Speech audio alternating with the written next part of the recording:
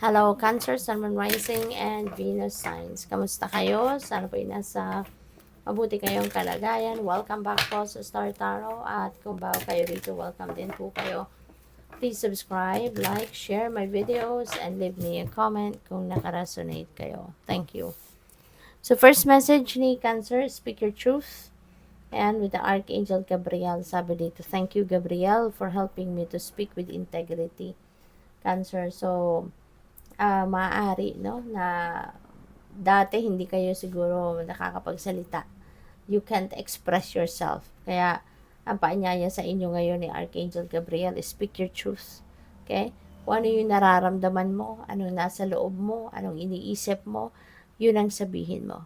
Put them into words. Okay? Napakahalaga na masasabi mo, may express mo kung anong ibig mong sabihin. So, what else? Honor your feelings. Archangel Haniel. Sabi dito, thank you Haniel for supporting me as I honor my emotions. Okay? So, ginagabayan ka dito ni Archangel Haniel. No?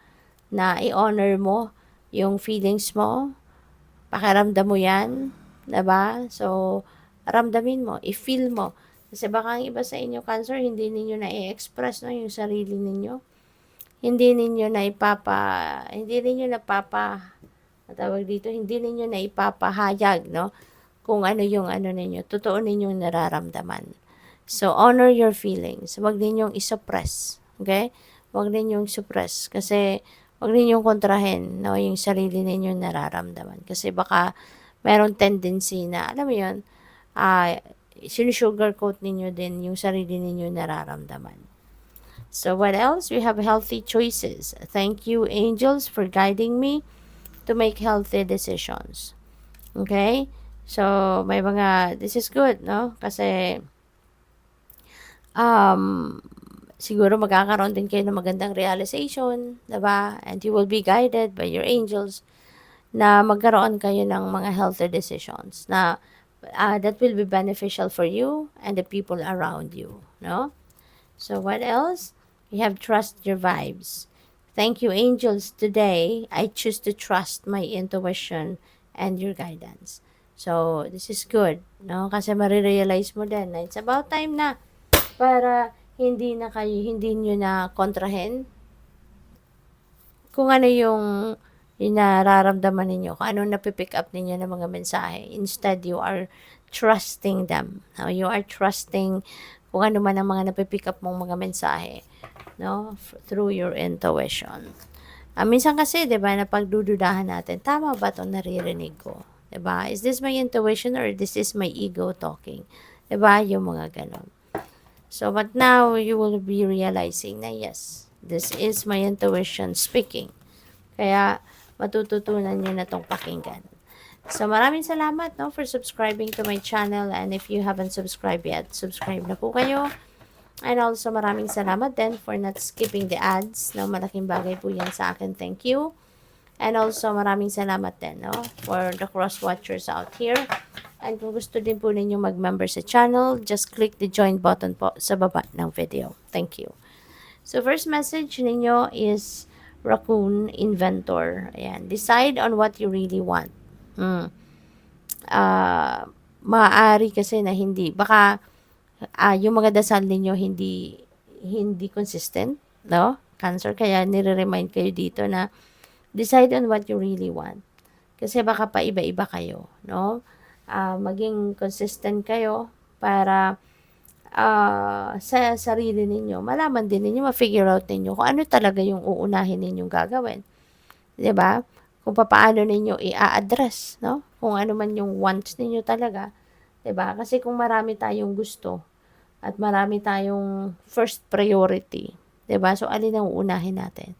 Kaya parang nire-remind kayo dito na decide on what you really want. No? Ano yung pinaka number 1 ninyong priority? 'Di ba? Para mapagdiskartehan ninyo kung ano yung uunahin ninyo, kung ano ang unang gagawin ninyo. Correct?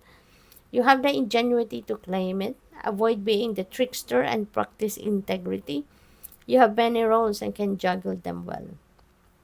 So, magaling din pala kayo magaling din kayo mag-multitask. No? Kaya siguro marami din kayong marami din kayong gustong gawin sa buhay, marami kayong gustong ma-achieve.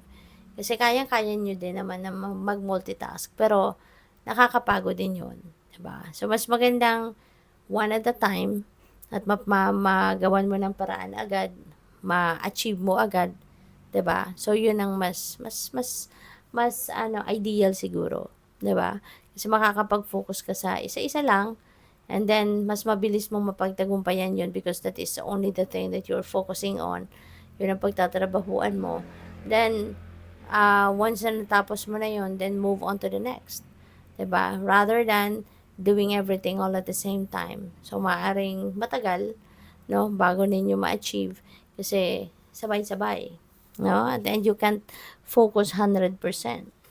So, what else? We have Penguin, authentic.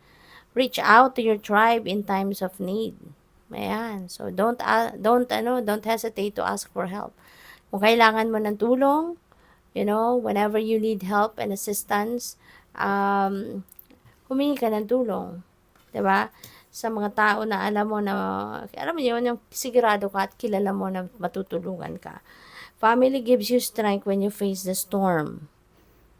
Love your uniqueness. You are full of surprises. Break free from others' expectations. Just be yourself. Hayaan mo sila.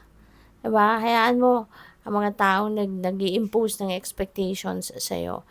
Kasi mas mape-pressure ka kapag ganun, 'di ba? You don't need to do things no para sa iba. Hindi ba? Kung ano yung bulong ng puso mo, ano yung makakapagpasaya sa'yo, then do it. Go for it. Not necessarily na lahat ng gagawin mo dapat up to their expectations. Hindi naman, 'di ba? Ang mahalaga ang kung ano mararamdaman mo. Kung ano yung epekto nito sa'yo, 'di ba? Yun ang pinaka dapat na i-consider, no? Next na lang yung kung ano yung epekto sa iba. But most importantly, yung kung anong whatever it is that will make your heart sing, your soul sing, then yun ang dapat na gawin mo. So what else? We have magic. Wow, dragonfly. I embrace my transformation. I courageously let go of the past. The magic of nature is in me. I am brilliant. I am blessed. So maganda to. May pagbabago. You're going to change something in your life, no? And maganda rito kasi gusto mo rin ito, no? Gusto mo rin ng pagbabago. You're also creating this change for yourself, Ang maganda rin dito kasi tapos na kung ano yung nakaraan, no? Kung ano yung tapos na, ano nang pinagdaanan mo, so nakaraan, you are leaving that behind you, no? So, mas magandang awala mo yun so that you can focus on kung ano ang meron sa ngayon, 'di ba? So, good luck sa'yo. Thank you for watching Love and Light. Namaste.